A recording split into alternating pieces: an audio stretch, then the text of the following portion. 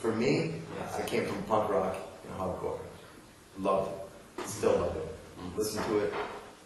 It's big. It's awesome. And I've watched it, from back in the day. Last night I gave an award to Killing Joke. You know Killing Joke? Yeah. They had the best. Their new record is phenomenal. They have won best album of the year at Metal Hammer.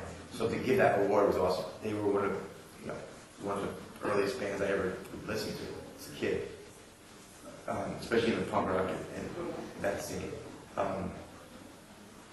But after beginning about it, I was never into metal, and the other guys turned me on more to metal. I knew Black Sabbath was, but I just was never into it. I liked punk rock and hardcore only, very closed-minded. And then I got into, wow, Black Sabbath is amazing. Holy shit, Judas Priest is fucking amazing. Wow, and Slayer. Not in that order. Motorhead, you know what I mean? So that's true. Yeah, and even Metallica, I don't know why.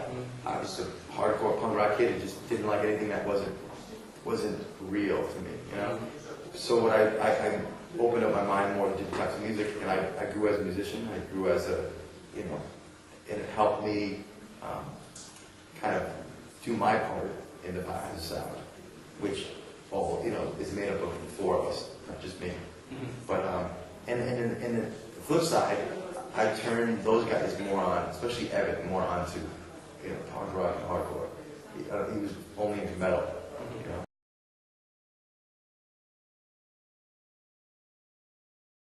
I also play with Blood for Blood, Blood for Blood, a band called Blood for Blood.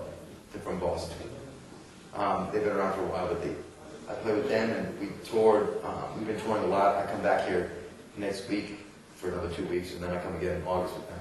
But we've been playing a lot. Like in the past 2 years, between Biohazard and Blood for Blood, I've come to learn a lot of new bands. There's a band called Veracruz from France that I play with. That were pretty awesome.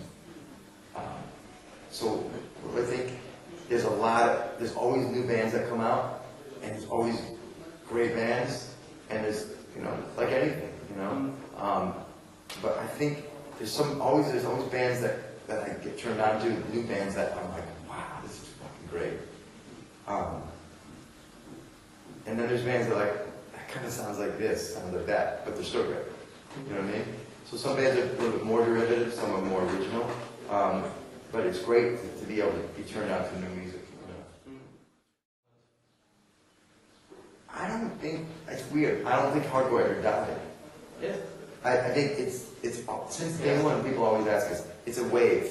And it sometimes it's more popular, sometimes it's less popular, but it's always there.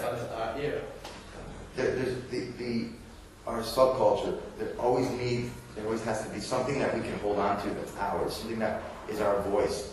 And music, it gives the underground scene, something, a flag to stand behind, And that's something I'm very proud to be a part of.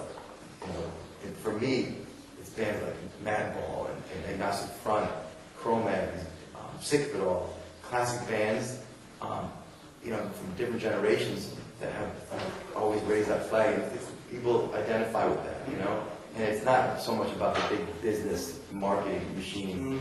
It's more so about the scene, which I personally love. And all Biohazard